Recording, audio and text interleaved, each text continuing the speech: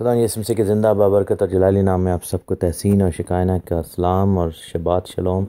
आप सबको सब्बत मुबारक हो, खुदा उनकी तारीफ़ हो, खुदा उनके नाम को मुबारक कहते हैं। सब्बत जो कि हमारे आराम का दिन है, खुदा उनकी प्रस्तिश और सताइश का दिन है, हमारे लिए बरकत का दिन है, खुशी और शादमानी का दिन है।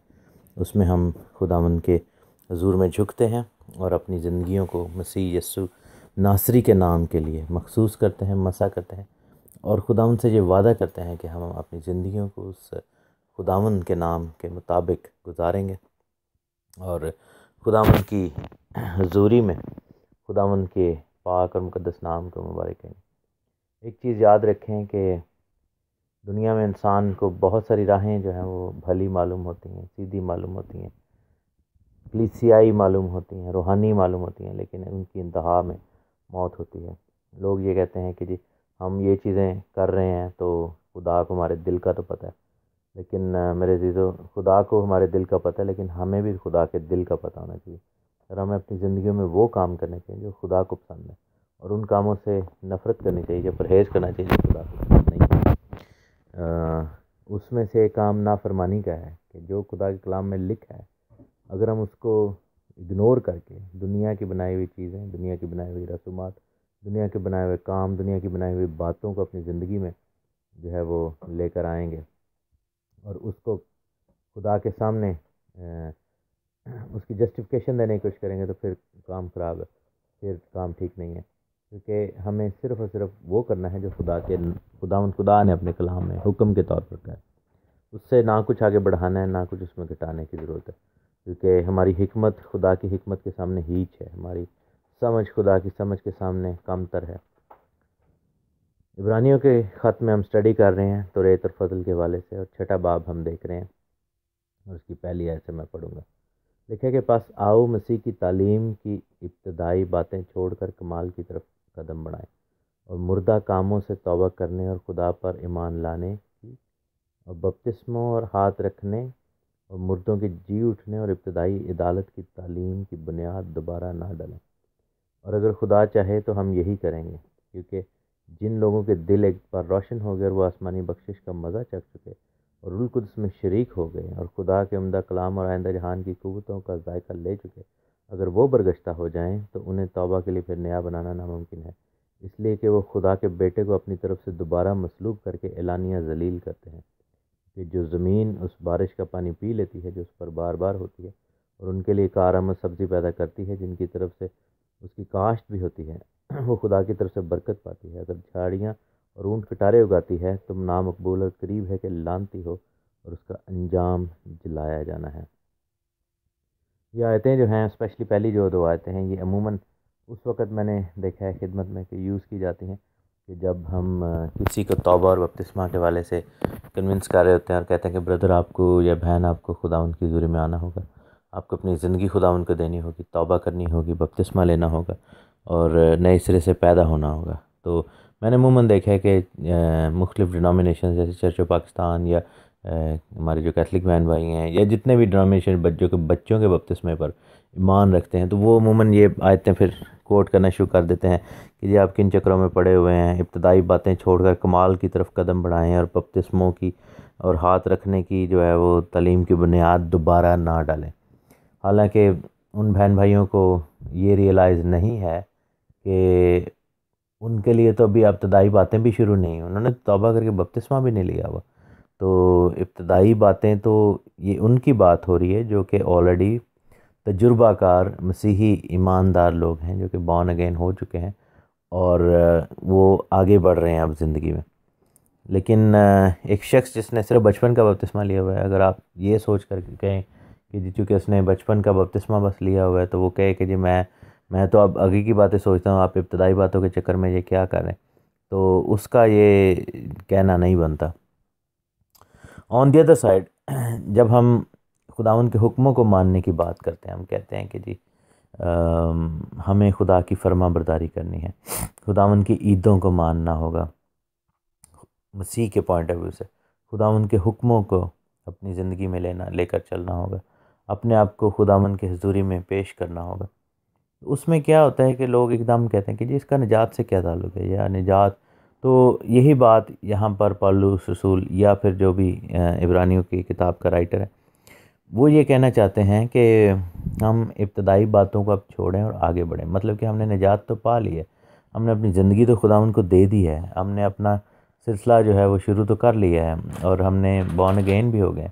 तो अब हम उस चीज़ में से आगे भी निकले ना, हमने निजात तो रिसीव की, तो हमें जो है वो अब ये देखने की ज़रूरत है कि निजात याफ्ता ज़िंदगी में हमें क्या करना है। जैसे पिछले दिनों एक भाई से बात हो रही थी, तो बार बार इसी चीज़ को वो एम्फसिस कर रहे थे कि निजात फ़ज़ल से है, निजात। हमने कहा कि देखें भाई, बात यह है कि निजात फ़ज़ल से है, इस पर तो कोई राय नहीं है। लेकिन अब जैसे मुझे निजात पाए हुए कितनी देर हो गई है, ठीक है, कई साल हो गए। अब मैं उधर तो नहीं खड़ा हुआ ना उस दिन की जिस दिन मैंने निजात पाई थी। इसी तरह उस भाई ने भी जब निजात पाई होगी, आज से काफ़ी साल पहले की बात होगी, तो इसका मतलब ये थोड़ी कि अब वो भाई उधर ही खड़े हुए हैं, या हमारी बहनें या जितने भी लोग हैं। इसका मतलब है कि खुदा चाहता है कि हम आगे बढ़ें, हम आगे बढ़ें अपनी ज़िंदगियों में, जो है वो आगे बढ़ें, हम स्पिरिचुअल मेच्योरिटी की तरफ आएँ, खुदावंद खुदा की हुज़ूरी में रूहानी पुख्तगी की तरफ आएँ, बालीदगी की तरफ आएँ और मैच्योर हो जाएं और खुदावंद के सामने आगे की बातों को सीखने की ख्वाहिश रखें, सीखने की कोशिश करें। लेकिन प्रॉब्लम ये आती है कि जहाँ पर हमें सूट करता है, हम एकदम कह देते हैं कि जी नहीं नहीं नहीं, निजात तक ही रहनी चाहिए बात, आप पता नहीं क्या क्या चीज़ें लोगों को बता रहे हैं।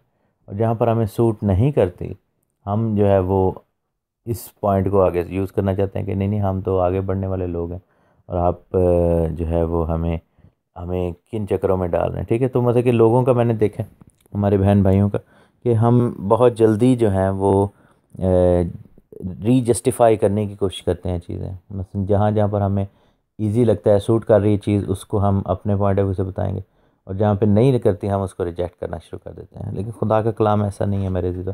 खुदा के कलाम को अगर आपने मानना है सही तरीके से, तो आपको पूरे का पूरा उस कलाम को लेना पड़ेगा, पूरे का पूरा उस कलाम को मानना पड़ेगा।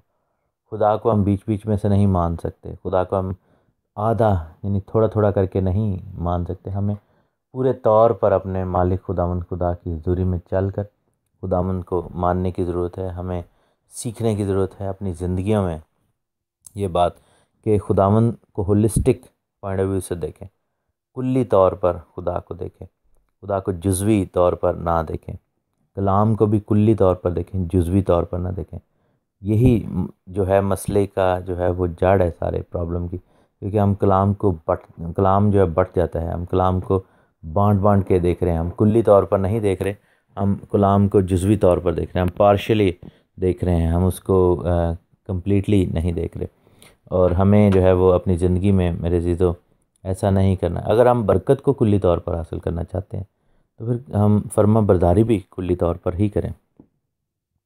अच्छा, यहाँ पे फिर सेकंड वो चीज़ बता रहे हैं, ये तमहीद ही बांधी जा रहा है, और ये कहता है कि वो लोग जो है जिनको बार बार तौबा करवाने की ज़रूरत पड़ रही है, बार बार उनको बपतिस्मा के चक्कर में पड़ना पड़ रहा है, जिनको बार बार इब्तदाई अदालत की तालीमें जो है वो सिखानी पड़ रही हैं, तो ये वो लोग हैं, ऐसे लोग हैं जो कि जिनके दिल एक बार रोशन हो गए थे और वो आसमानी बख्शिश का मज़ा चख चुके, रूल कुद्स में शरीक हो गए और खुदा के कलाम की उम्दा और आइंदा जहान की क़ुव्वतों का जायका ले चुके। लेकिन लिखा है कि वो बरगश्ता हो जाते हैं। और अगर कोई इन सब चीज़ों को हासिल कर ले, मसलन मैं एक ऐसे पास्टर साहब को जानता हूँ जिन्होंने बुत परस्ती की चीज़ों को, ईदों को अपनी ज़िंदगी से निकाला, और आज मैंने उनको देखा वो फिर वो इन चक्करों में पड़े हुए थे। ठीक है, तो मकसद ये कहने का है कि जब हम खुदावंद की सच्चाई को जान चुके हैं, जब हम अपनी ज़िंदगियों में खुदावंद की सच्चाई को देख चुके हैं, जब हमने तौबा कर ली, बपतिस्मा ले लिया, उसके बाद रूल कुदस हमें मिल गया, रूल कुदस की कुव्वतों का मज़ा हम चख चुके और खुदा की बादशाही की नेमतों को हम देख चुके, उसके बाद अगर हम बुराई की राह पर फिर चले जाएं और गलत तालीम में फिर पड़ जाएं, बुत परस्तियों में फिर पड़ जाएं, जिस चीज़ से खुदा को सख्त नफ़रत है, उस चीज़ में वापस जो है अपनी एंट्री डालें, तो उसमें क्या होगा कि हम ऐसे ही होंगे जैसे मसीह को एलानिया ज़लील करते हैं। लिखा है कि खुदा के बेटे को अपनी तरफ से दोबारा मसलूब करके एलानिया ज़लील करते हैं। जिस तरह पहले हमारे गुनाह के बायस मसीह मसलूब हुआ, तो हम दूसरी दफ़ा जानबूझकर उसको सलीब पर लटकाने वाली बात कर रहे हैं। क्योंकि लिखा है कि ये उस ज़मीन की मानत है जो बारिश का पानी पी लेती है, जिस पर बार बार होती है और उनके लिए कारामद सब्ज़ी पैदा करती है, यानी कि फल भी पैदा कर रही है ज़मीन, लेकिन उसके बाद क्या है कि बरकत हम पाते हैं, लेकिन हम उस बरकत को झुटला कर हम गुनाह की अंदर बार बार गिरने की कोशिश करते हैं। तो जब जब हम बैक स्लाइड होते हैं, जब जब हम खुदावंद की तरफ से फिरते हैं, तो उससे हम क्या है कि लिखा है कि यीशु मसीह को दोबारा हम क्रूसीफाई कर रहे होते हैं और उसके फ़िदिये को हम जलील कर रहे होते हैं। तो ये चीज़ अच्छी नहीं है। बाइबल में इतने सख्त अल्फाज लिखे हुए हैं और लिखा है कि वही ज़मीन जो कि एक टाइम पे अच्छी काश्त कर रही है, कारआमद सब्ज़ी पैदा कर रही है, जो कि बरकत पैदा कर रही है, फल पैदा कर रही है, वही ऊँट कटारे और झाड़ियाँ उगाड़ना शुरू कर देती है। और लिखा है कि वो नामकबूल हो जाता है इंसान और करीब है कि लानती हो जाए और उसका अंजाम जलाया जाना होगा। दैट मीन्स कि ये बड़ी सिग्निफिकेंट वर्स है। लोग ये कहते हैं ना कि जी बस हम फजल के नीचे आ गए हैं, बस हमें हमेशा के लिए निजात मिल गई। ये उन लोगों के लिए यहाँ पर जवाब है। खुदा का कलाम कहता है कि वो आग के अंदर जाने वाले, उनका अंजाम जलाया जाना होगा, वो लानती हो जाएंगे। लानती क्यों कर होंगे?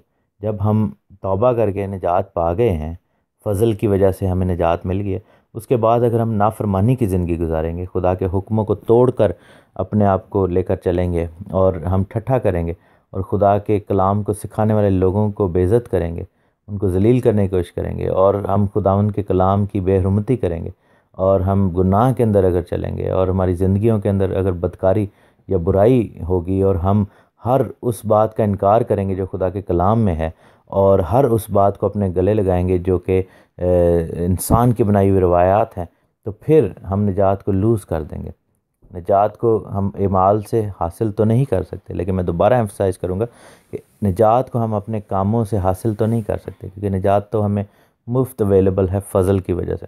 लेकिन हम अपने कामों के ज़रिए से निजात को ठुकरा ज़रूर सकते हैं, हम बरगश्तगी में ज़रूर जा सकते हैं, हम निजात को हम लूज़ ज़रूर कर सकते हैं, जो कि अच्छी बात नहीं है। और बैक स्लाइड जब होता है इंसान, तो इब्लीस के पास सबसे ज़्यादा मौका होता है कि उस इंसान को मार गिराए और हत्ता कि कई लोग अपनी ज़िंदगी, अपनी जान तक खो देते हैं और अपनी जान से हाथ धो बैठते हैं, क्योंकि इब्लीस नहीं चाहता कि उनको दूसरा मौका दिया जाए। और मेरे ज़िद हम में से हर एक को खुदा ने अपने प्लान के तहत बुलाया है, खुदा ने अपने मंसूबे के तहत बुलाया है, और हमें क्या चाहिए कि हमारी ज़िंदगियाँ उस मंसूबे के मुताबिक चलें, अपने आप को खुदावंद की हुज़ूरी में लेकर चलें और उसके पाक और ज़िंदा मुकम्मल मर्ज़ी जो है उसको अपनी ज़िंदगी में लेकर आएँ। If you are one of those people जो कि बैक स्लाइड हो चुके हैं, तो खुदावंद आपको मौका देता है दोबारा कि आप अपनी ज़िंदगी, क्योंकि ज़िंदगी खुदावंद को दें, क्योंकि क्या है कि खुदावंद बार बार मौका देता है, क्योंकि वो रहम करने वाला खुदा है, बार बार आपको बुलाता है और आखिरी दम तक खुदावंद की ख्वाहिश है कि आप शायद खुदावंद में आ जाएं। लेकिन अगर आप if you are one of those people जो कि बैक स्लाइड हो गए हैं, बरकतें लेकर अब आप मायूसी की राह पर खड़े हैं और आपको लग रहा है कि खुदा का रूह ने आपको छोड़ दिया, तो तौबा कर लें, फिर दोबारा खुदावंद से माफ़ी मांग लें और वादा करें खुदावंद के साथ चलने का। लेकिन अगर आपने अभी निजात का काम ही नहीं शुरू किया, तो फिर आपको इब्तदाई तालीम हासिल करने की ज़रूरत है, फिर आपको जो है वो आपको खुदावंद के सामने आने की ज़रूरत है। लेकिन अगर आप ये सब कुछ हासिल करके तो फिर गुनाह की तरफ जा रहे हैं, तो फिर आपको इब्तदाई तालीम की नहीं, आपको तौबा की ज़रूरत है। अपनी ज़िंदगी खुदावंद को दें और बरकत को हासिल कर लें। आइए हम तैयार हो जाएं मसीह की आमद के लिए, अपने आप को खुदावंद की पाक और मुक़द्दस आमद के लिए तैयार कर लें।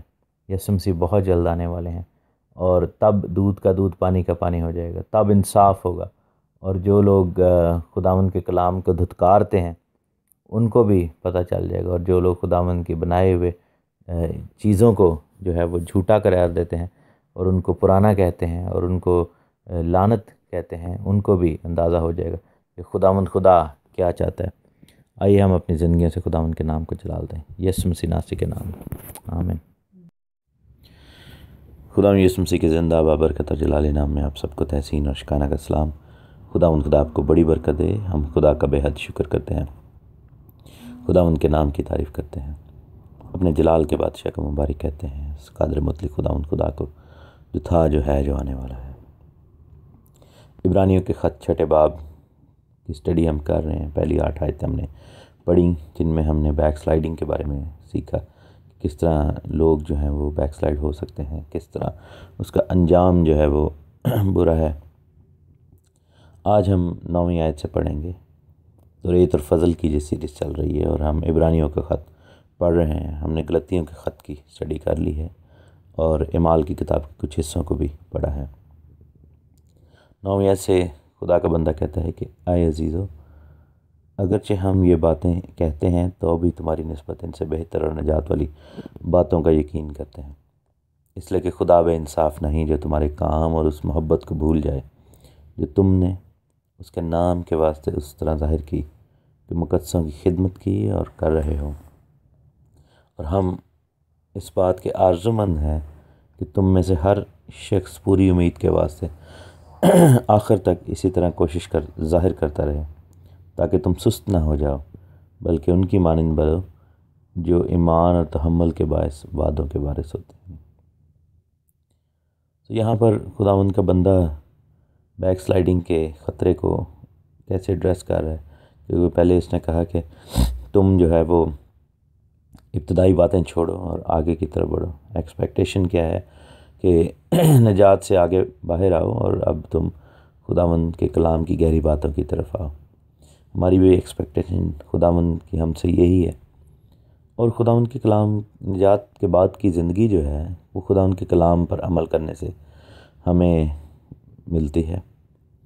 निजात के बाद की ज़िंदगी का ताल्लुक़ ही खुदावंद के कलाम पर अमल करने से है, और हमें खुदावंद के कलाम पर अमल करना चाहिए।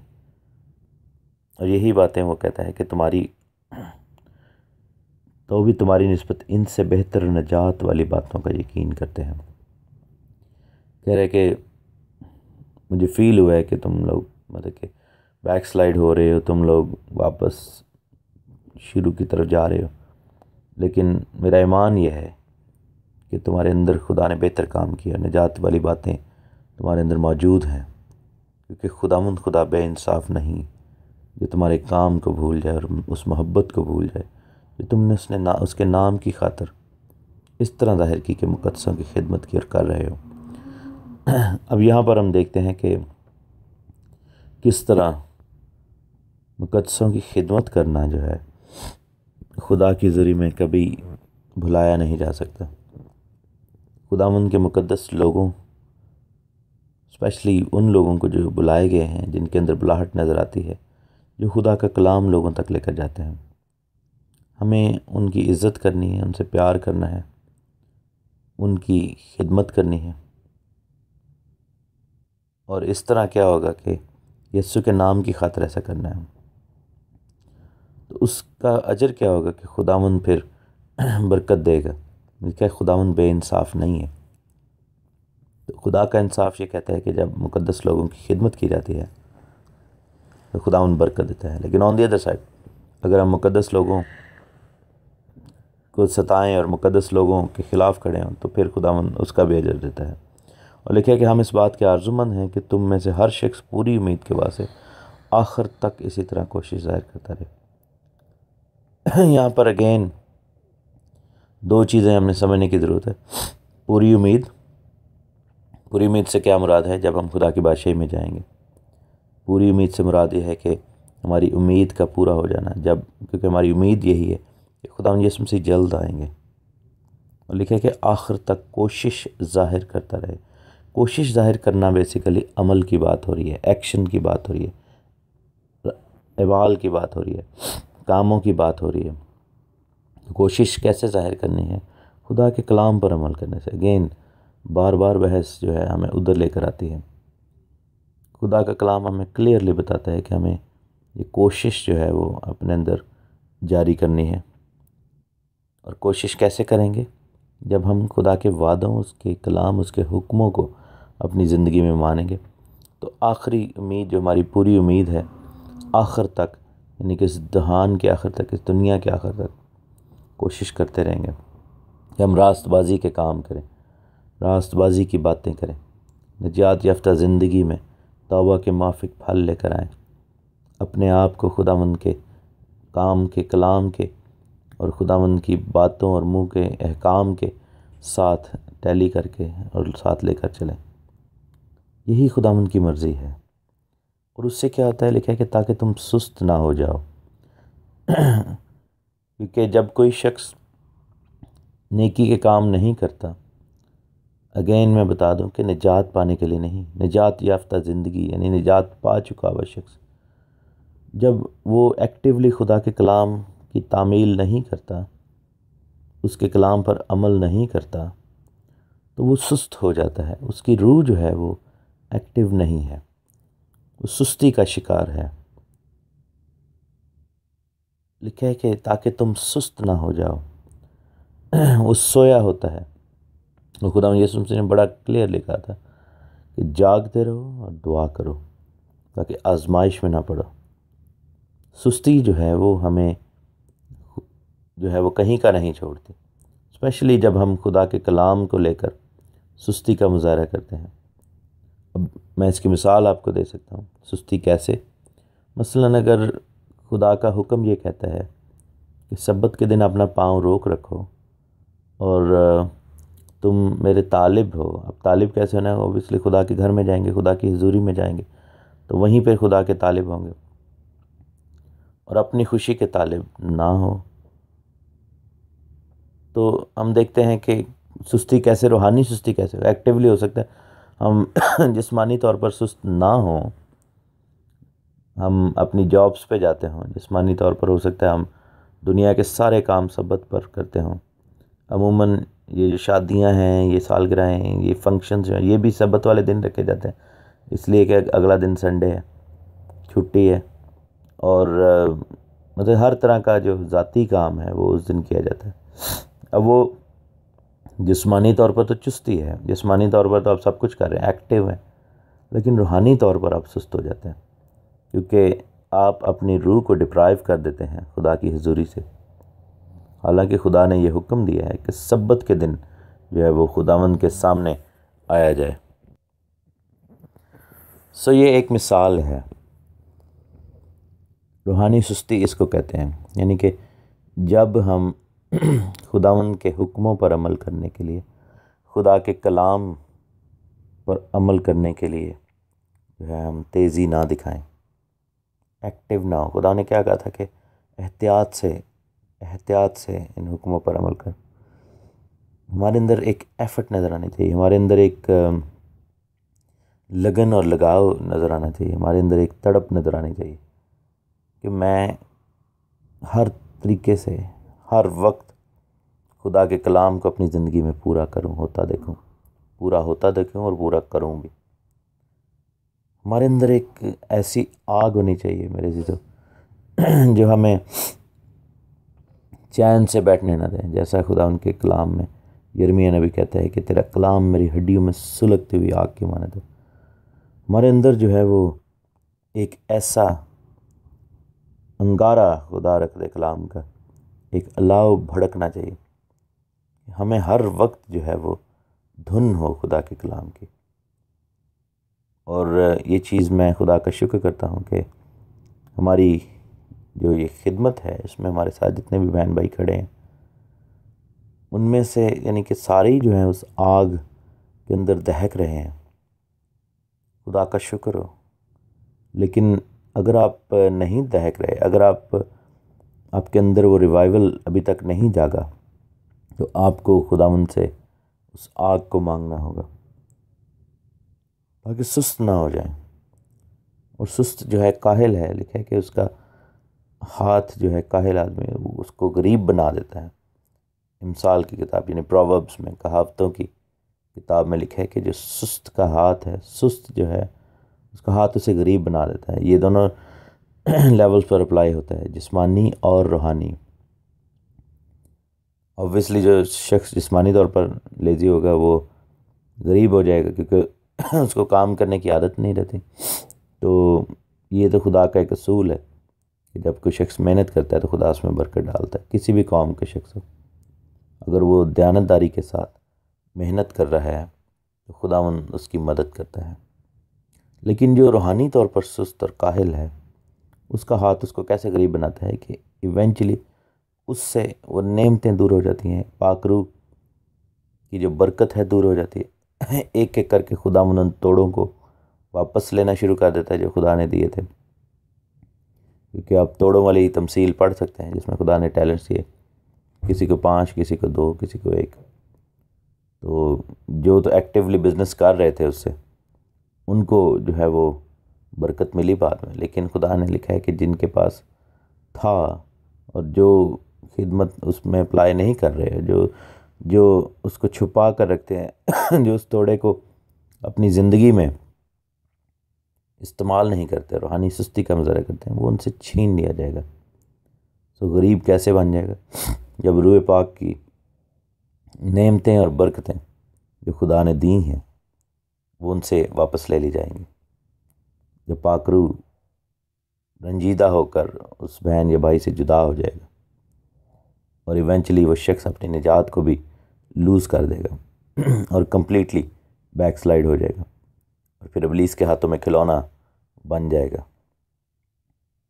इसलिए खुदा के कलाम पर अमल करना कितना ज़्यादा ज़रूरी है, खुदा के हुक्मों पर अमल करना ज़्यादा कितना ज़रूरी है, क्योंकि जब हम निजात पा चुके होते हैं तो हुक्मों पर अमल करने से हमें रूहानी बरकत मिलती है।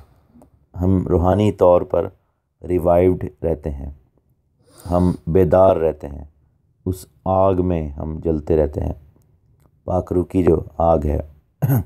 और आपको क्या करना चाहिए कि आपको खुदावंद यीशु मसीह नासरी से, यहोशुआ मसीह से आपको खुदावंद का रूह मांगना चाहिए। पाक रूह का मस्सा, पाक रूह की कुव्वत, पाक रूह की तहरीक अपनी ज़िंदगी में मांगें। और पाक रूह का मकसद क्या है, पाक रूह हमारी ज़िंदगी में क्यों आता है? बाइबल में क्लियरली हमने ये पढ़ा है जब हमने गलतियों के ख़त की स्टडी की थी कि पाक रूह आने का मकसद जो है उनमें से सबसे बड़ा और अवलीन मकसद यह है कि वो हमसे खुदा के आइन की पैरवी करवाए, खुदा के हुक्मों को हमसे मनवाए, हमारी मदद करे। लोग ये कहते हैं ना कि जी खुदा के हुक्मों पर अमल करना बहुत मुश्किल है, कोई भी नहीं कर सकता, इट्स वेरी डिफ़िकल्ट। आपको किसने कह दिया? अगर ऐसी बात होती फिर हमें यीशु क्यों आता है? तो मेरे भाई यीशु मसीह इसलिए आए क्योंकि हम चाह कर भी निजात नहीं पा सकते थे, लेकिन खुदा पर के हुक्मों पर अमल करना तो डिफ़िकल्ट नहीं। खुदा ने कहीं पे भी कलाम में नहीं कहा, खुदा ने कहा ये तो बल्कि आसान है, तेरे दिल तेरे मुंह में है, तेरे नज़दीक है। ये ना कहना कि ये मुश्किल है इस पर अमल करना, साफ लिखा हुआ। और हम वही बात करते हैं। चलें, अगर मुश्किल है तो फिर पाक रूह जब ज़िंदगी में होगा तो फिर मुश्किल नहीं होगा, क्योंकि फिर आपके पास दुनिया का सबसे बड़ा सपोर्टर मौजूद है, यानी खुदा खुद आपके दिलों में, आपकी ज़िंदगी में पाक रूह के वसीले से काम करेगा। तो फिर तो मुश्किल नहीं है ना, क्योंकि अगर खुदा खुद आपकी साइड पे आके खड़ा हो गया तो फिर चीज़ें मुश्किल नहीं है।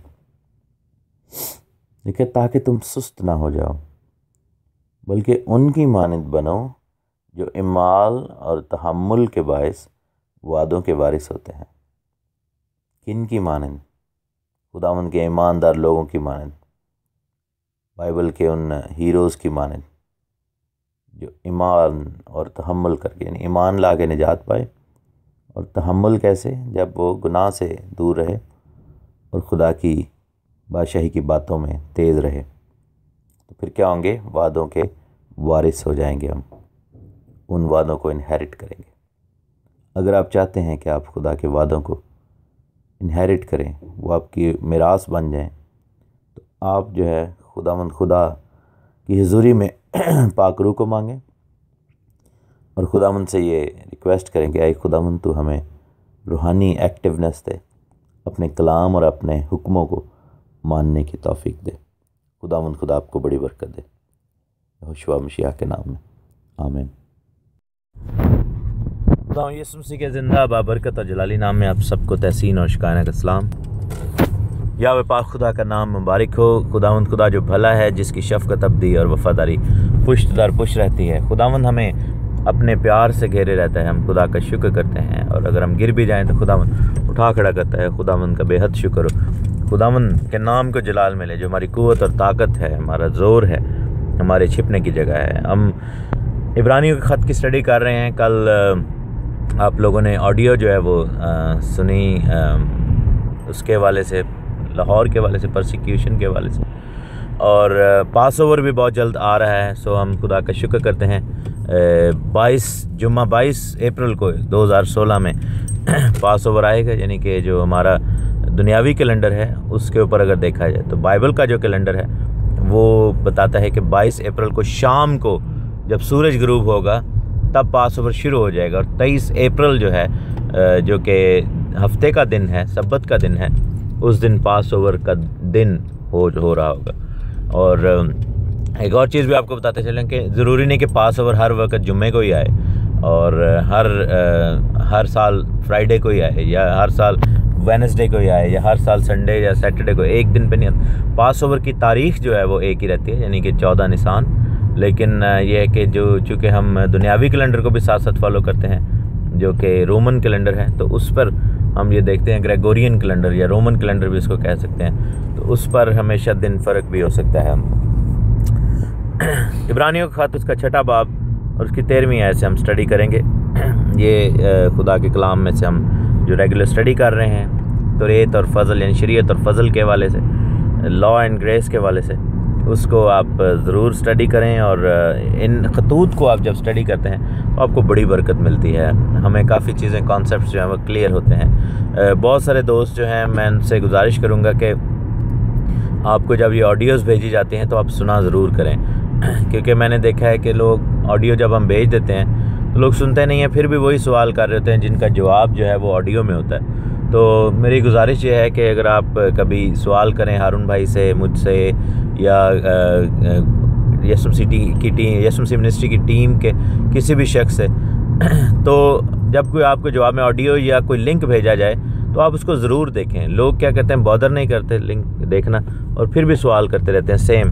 तो ये मैं थोड़ी सी आपसे गुजारिश करना चाहूँगा कि आप इसमें थोड़ा ख्याल रखें, क्योंकि यही मकसद है इन ऑडियोज़ को बनाने का, ताकि आपके सवालात के जवाब दिए जाएँ। तो अगर आप सुनेंगे नहीं, आपके अंदर ख्वाहिश नहीं है सीखने की, तो फिर सवाल कर के जो है अपना भी वक्त आप वेस्ट करते हैं और हमें भी जो है वो दुगना काम करने पर मजबूर करते हैं। सो 13वीं आयत में लिखा है 6ठे बाब की इब्रानियों का खत, चुनांचे जब खुदा ने अब्राहम से वादा करते वक्त कसम खाने के वास्ते किसी को अपने से बड़ा ना पाया, तो अपनी ही कसम खा कर फरमाया कि यकीनन मैं तुझे बरकतों पर बरकतें बख्शूँगा और तेरी औलाद को भी बहुत बढ़ाऊँगा। और इस तरह सब्र करके उसने वादा की हुई चीज़ को हासिल किया। आदमी तो अपने से बड़े की कसम खाया करते हैं और उनके हर कज़िया का आखिरी सबूत कसम से ही होता है। इसलिए जब खुदा ने चाहा कि वादा के वारसों पर और भी साफ तौर पर जाहिर करे कि मेरा इरादा बदल नहीं सकता, तो कसम को दरमियान में लाया, ताकि दो बेतब्दील चीज़ों के बायस जिन के बारे में खुदा का झूठ बोलना मुमकिन नहीं, हमारी पुख्ता तौर से दिल जमाई हो जाए, जो पनाह लेने को इसलिए दौड़े हैं कि उस उम्मीद को जो सामने रखी हुई कब्ज़ा में लाएं। वो हमारी जान का ऐसा लंगर है जो साबित और कायम रहता है और पर्दा के अंदर तक भी पहुंचता है, जहां यीशु हमेशा के लिए मल्क सिदक के तौर पर सरदार काहिन बनकर हमारी खातर पेशराव के तौर पर दाखिल हुआ। अगेन ये अल्फाज मुश्किल हैं, और जैसे ही इन आयात को पढ़ते हैं तो ऐसे फील होता है कि ये बहुत मुश्किल होगा, लेकिन ऐसा नहीं है मेरे अज़ीज़ों। खुदा का कलाम जो है वो बहुत तसल्ली वाला और बहुत आसान है। खुदा के कलाम को समझना, अगर खुला दिल और पाकरू की हिदायत हो साथ, तो खुदा के कलाम को समझना बहुत आसान है। अब यहाँ पर जो हमने पहला पैसेज फिनिश किया था 2 दिन पहले, उसमें हमने 12वीं आयत में पढ़ा था कि सुस्त ना हो जाओ बल्कि उनकी मानत बनो जो ईमान और तहम्मुल के बायस वादों के वारिस होते हैं। यानी कि वो लोग, 2 चीज़ें हमें वादे के अंदर लेकर जाती हैं। एक ईमान, कैसे ईमान कि खुदा ने जो वादा किया है वो हमारे लिए होगा, और तहम्मुल यानी कि इंतज़ार, एक इत्मीनान के साथ, तसल्ली के साथ तहम्मुल करके हमने उस वादे के पूरा होने का मुंतज़िर होना है। जैसा आगे वो इब्राहिम की मिसाल देता है कि खुदा ने जब इब्राहिम से वादा किया, तो इब्राहिम से जब वादा किया तो खुदा ने इब्राहिम को जब कहा कि तेरी औलाद को मैं बढ़ा दूंगा और तुझे औलाद दूंगा, तो तब इब्राहिम जो था वो बे औलाद था और वो 75 साल का था। लेकिन जब वादा पूरा हुआ तब इब्राहिम जो है तकरीबन 100 साल का था, यानी कि 24-25 साल के बाद जाके वो वादा जो है खुदावंद ने इब्राहिम की ज़िंदगी में पूरा किया। सो हमें भी, जो हम इब्राहिम के वारिस, हम ये कहते हैं कि हम जितनों ने मसीह में बपतिस्मा लिया इब्राहिम के वारिस हो गए हैं, तो अगर हम बाप इब्राहिम के वारिस हैं, उसकी विरासत में है, तो हमें क्या है कि हमें भी तहम्मुल जो है वो बाप इब्राहिम की तरह ही करना होगा। अगर उस वादे को हासिल करना है तो हमें खुदावंद की हुजूरी में जो है वो तहम्मुल के साथ और ईमान के साथ आना होगा। उस वादे का पूरा होने में कोई कमी या कोई बेशी नहीं है, कोई गुंजाइश नहीं है कि उसमें कोई घाटा पड़ जाए, क्योंकि उसके दो रीज़न्स हैं जो खुदा ने दिए। यहाँ पर लिखा है कि चुनाचे जब खुदा ने इब्राहिम से वादा करते वक्त कसम खाने के वास्ते किसी को अपने से बड़ा ना खाया तो अपनी ही कसम खाई। सबसे पहले तो हम देखते हैं कि दूसरे माबूदों की जब किताबों में देखते हैं दूसरे मज़ाहब की, तो उनके माबूद जो है वो पहाड़ों की, आसमानों की, चीज़ों की, बड़े बड़े जो है वो सूरज, चाँद, सितारों, इन चीज़ों की कस्में खाता है उनका माबूद, या उनके माबूद इस तरह की चीज़ें कहते हैं। लेकिन बाइबल में लिखा है कि खुदा ने जब कसम खाई तो अपनी कसम खाई। ये चीज़ साबित करती है कि खुदा की ज़ात से बड़ा कोई भी नहीं है, क्योंकि कसम हमेशा अपने से बड़े की खाई जाती है। जैसे इसकी खाई जाती है जिसके आप ताबे हों, या जिसकी आप तकदीस कर रहे हों, या जिसको आप अपने से बड़ा रुतबा समझते हो। जैसे मैं मसलन कहता हूँ कि मैं अपने फ़र्ज़ करें लोग जैसे बातें करते हैं, लिखा है ना कि कोई भी जब कसम खाया है, लिखा है ना कि आदमी तो अपने आप से बड़े की कसम खाया करते हैं। उनके हर कज़िया का आखिरी सबूत कसम से होता है। जब लोग कोई भी मामला निपटाना चाहते हैं, लोग कहते हैं जी मुझे आप पे यकीन नहीं है, तो आप हमेशा देखें कि लोग कहते हैं मुझे अपने माँ की कसम, या अपने बाप की कसम, या जो है वो जिनसे आप प्यार करते हैं उन चीज़ों की कसम, या फिर जिस किताब से आप प्यार करते हैं, जिस मज़हब में आप करते हैं, उसका नाम लेकर खुदा की कसम खाई जाती है। या फिर किताबों की कसम कि मुझे कलाम की कसम है, मुझे इस चीज़ की कसम है। गैर कौमें भी कस्में खाते हैं, हालांकि खुदा यीशु मसीह ने कस्मों के बारे में एक क्लियर मैसेज दिया है कि झूठी कसम हमें नहीं खानी, लेकिन लोग फिर भी खाते हैं। सच्ची कसम बहरहाल आप खा सकते हैं, लेकिन अगेन वही बात है कि जैसे कलाम में लिखे कि जड़ियाँ अपने मुँह मनिया दुख जर सिर ते आया। तो आपको चाहिए कि आप इस तरह के बड़े बड़े बोल ना ही बोलें तो बेहतर है। लेकिन अगर आपने किसी के साथ मन्नत मान ली है, किसी के साथ कसम खा ली है, तो उस कसम को पूरा भी आपको करना चाहिए। और बहुत सारे लोग जो हैं वो मन्नत मानते हैं कि खुदावंद अगर तू मेरे लिए ये करेगा तो मैं ये करूँगा। ये भी एक कसम ही होती है कि मैं जवाब में ऐसा करूँगा। और आप ये देखें कि खुदावंद कर देता है वो सारा कुछ आपकी ज़िंदगियों में, लेकिन फिर कई दफ़ा लोग जो हैं वो भूल जाते हैं। लोग जो हैं वो उस चीज़ को जो है वो पीछे हटा लेते हैं, क्योंकि एकदम उनको जब मिल जाती है वो बरकत तो वो कहते हैं ओहो अब क्या फ़ायदा, अब तो बरकत मिल गई है तो अब मैं क्यों अपने आप को तकलीफ़ में डालूँ, लेकिन उसका नुकसान उल्टा हो जाता है। बहरहाल खुदा के बारे में लिखा है कि खुदा ने किसी और की नहीं अपनी कसम खाई। उसका रीज़न ये है कि खुदावंद खुदा कादिर मुतलक है और सबसे बड़ा है। खुदावंद का नाम जो है वो सबसे बड़ा है। और कसम खाना जो है वो बुरा नहीं है, झूठी कसम खाना बुरा है। और खुदावंद खुदा ने अगर कसम खाई है तो यानी कि हम कैसे कह सकते हैं कि कसम खाना बुरा है, इसका मतलब खुदा बुराई करता है। तो खुदावंद ने खुद अपने नाम की कसम खाई, खुदावंद ने कहा। लेकिन कसम जो है वो बहुत बड़ा बोझ भी है।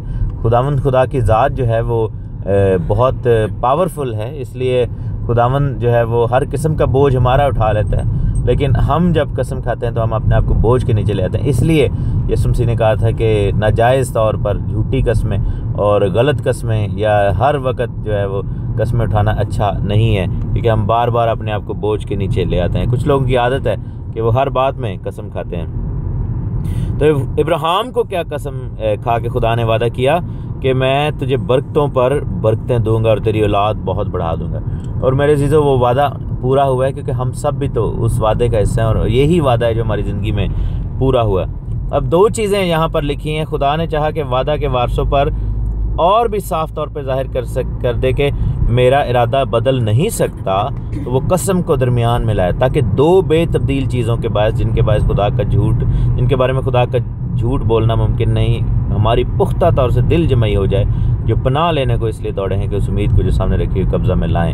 अब इस आयत का मतलब ये है कि खुदा ने दो चीज़ें सामने रखी। एक तो अपनी ज़ात को, यानी कि खुदा ला तब्दील है। खुदा ने जब कहा ना कि मैं अपनी ज़ात की कसम खाता हूँ, दैट मीन्स कि खुदा ये साबित कर रहा है लोगों पर, खुदा उनको दोबारा जो है याद दहानी करवा रहा है कि मैं ला तब्दील खुदा हूँ, मेरे वादे जो है ला तब्दील हैं। अगेन अब ये बात आती है कि अगर खुदा ला तब्दील है और हम ये चीज़ें मानते हैं कि वो तब्दील नहीं होता, खुदावंद खुदा बदल नहीं सकता, तो फिर खुदा ने कैसे अपने अहकाम को पीछे कर लिया। अब अगेन मैं बात वहीं पे लेकर आऊँगा कि खुदा की कोई भी चीज़ तब्दील वाली नहीं है। खुदा की कोई भी एट्रीब्यूट जो है वो तब्दील नहीं होता।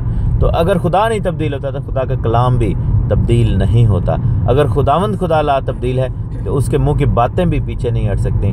तो अगेन वो बात यही कर रहा है राइटर जो है इस किताब का, वो ये कह रहा है कि खुदावंद खुदा ला तब्दील है, उसके वादे ला तब्दील हैं, उसकी कसम जो है वो हमारे साथ उसने वादा कर दिया, कसम खा ली और अपने ला तब्दील होने की वजह से। तो ये दो चीज़ें जो बदल नहीं सकती, ये दो चीज़ें हमारी तसल्ली का बायस हो गई हैं, ये दो चीज़ें हमारी दिल जमई का बायस हो गई हैं कि हम जो उस उम्मीद को सामने रखे हुए हैं। कौन सी उम्मीद? कि हम खुदा की बादशाही में जा रहे हैं। मेरे अज़ीज़ों, ये किताब जो थी ये यीशु मसीह की सलीब के बाद लिखी गई थी।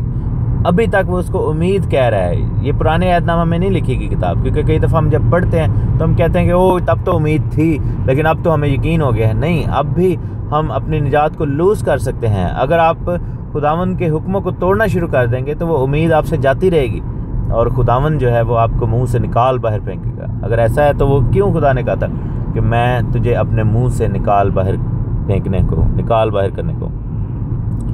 तो हमें जो है वो खुदावंद खुदा के अंदर चलना होगा। लेकिन खुदा का झूठ बोलना मुमकिन नहीं है। खुदा ने पुराने अहदनामे में झूठ नहीं बोला था जब खुदा ने कहा था कि तू याद करके सब्बत का दिन पाक मनाना। खुदा धोखा नहीं दे रहा था, खुदा ला तब्दील है। वो वादा कर रहा था, क्योंकि जैसे ही हम सब्बत का दिन मनाते हैं, जैसे हम पाकीज़गी में आते हैं, खुदावंद के दिन को मुकद्दस और मुअज़्ज़म ठहराते हैं, हमें बरकत मिलती है। खुदा ने ये नहीं झूठ नहीं कहा था कि जो कोई कत्ल करेगा वो कत्ल की सज़ा के लायक ठहरेगा, क्योंकि जब कोई खून करता है तो उसको जो है वो डेफिनेटली सज़ाए मौत मिलती है। अगर दुनिया के चंद ममालिक ना भी दें तो खुदा की तरफ से अब्दी लानत और अब्दी मौत में वो चला जाता है। तो ये है कि बहुत सारी सज़ाएँ जो कलाम में लिखी हुई हैं उनको ममालिक ना भी पूरा करें या उनको अप्लाई ना भी करें तो वो शरीयत की सज़ाएँ जो हैं वो वैसे ही अप्लाई हो जाती हैं खुदा की तरफ से, क्योंकि जब वही इंसान गुनाह करता रहेगा, शरीयत को तोड़ता रहेगा, और जब वो जहन्नुम में जाएगा तो फिर वो मौत का शिकार हो जाएगा। तो हमें जो है वो उम्मीद क्या है कि खुदावंद यीशु मसीह की बादशाही में हमने जाना है।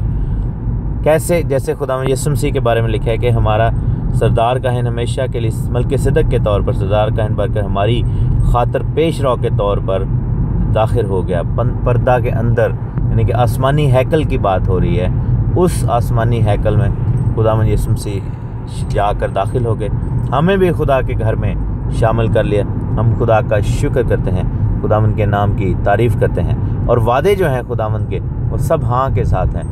मेरे अज़ीज़ों, अगेन वही बात आती है कि वादों के लिए तो हम पुराना अहदनामा खंगाल कर एक एक वादा जो है वो अपने लिए तलाश करते रहते हैं और कहते हैं खुदावंद के वादे सारे सच्चे हैं, खुदावंद के वादे सारे हाँ के साथ हैं और ये हम पर अप्लाई होते हैं। लेकिन जब हुक्मों की बात आती है तो हम कहते हैं कि नहीं, ये सच्चा नहीं है, ये हम पर अप्लाई नहीं होता, ये तो अब ख़त्म हो गया, ये नाक़िस था, ये जो है वो ये घटिया था, ये छोटा था, ये हुक्म जो था वो गलत था, अब हमें इससे कुछ लेना देना नहीं है। ये दोगली पॉलिसी हमारी नहीं चलेगी। हम अगर खुदा के वादों को अपनी ज़िंदगी में लेना चाहते हैं तो उसी खुदा के हुक्मों को भी लेना होगा, क्योंकि खुदा ने कहा था कि अगर तुम मेरे हुक्मों को मानोगे तो ये वादे तुम्हारी ज़िंदगी में पूरे हैं। खुदा के वादे जो हैं वो मशरूत हैं किस चीज़ के साथ? ताबेदारी के साथ। खुदावंद की नाफरमानी करने वाले जो है वो वादों में शरीक नहीं हो पाएंगे। और अगेन मैं बता दूं, जो भाई या बहन एकदम ये कह देते हैं कि जी निजात का इससे क्या लेना है, तो बिल्कुल ठीक है, निजात का कोई लेना देना है। निजात हम हुक्मों को मानने से नहीं, निजात हम खुदावंद यीशु मसीह की सलीब को मानने से, कफ़ारे को मानने से पाते हैं। हुक्मों का ताल्लुक़ जो है वो ताबेदारी के साथ है, बरकत के साथ है। जिस तरह आप अपने माँ और बाप के बच्चे जो हैं वो उनको हुक्मों को मानने के सबब से नहीं बनते। आप अपने माँ और बाप के बच्चे इसलिए हैं क्योंकि वो आपके माँ और बाप हैं, उन्होंने आपको जन्म दिया है। लेकिन इसका मतलब ये नहीं है कि अब आप बेटे और बेटियां हैं तो आप हुक्मों को ना मानें। आप हुक्मों को ज़रूर मानेंगे, क्योंकि इससे साबित होगा कि आप उनके बच्चे हैं। आपको स्टेटस नहीं मिलेगा बच्चे होने का, क्योंकि बच्चे तो आप हैं उनके। इसी तरह निजात का स्टेटस नहीं मिलता हुक्मों को मानने से। ये साबित होता है कि हम निजात याफ्ता हैं, ये साबित होता है कि हम खुदावंद यीशु मसीह के हैं। खुदावंद खुदा आपको बड़ी बरकत दे। आमीन।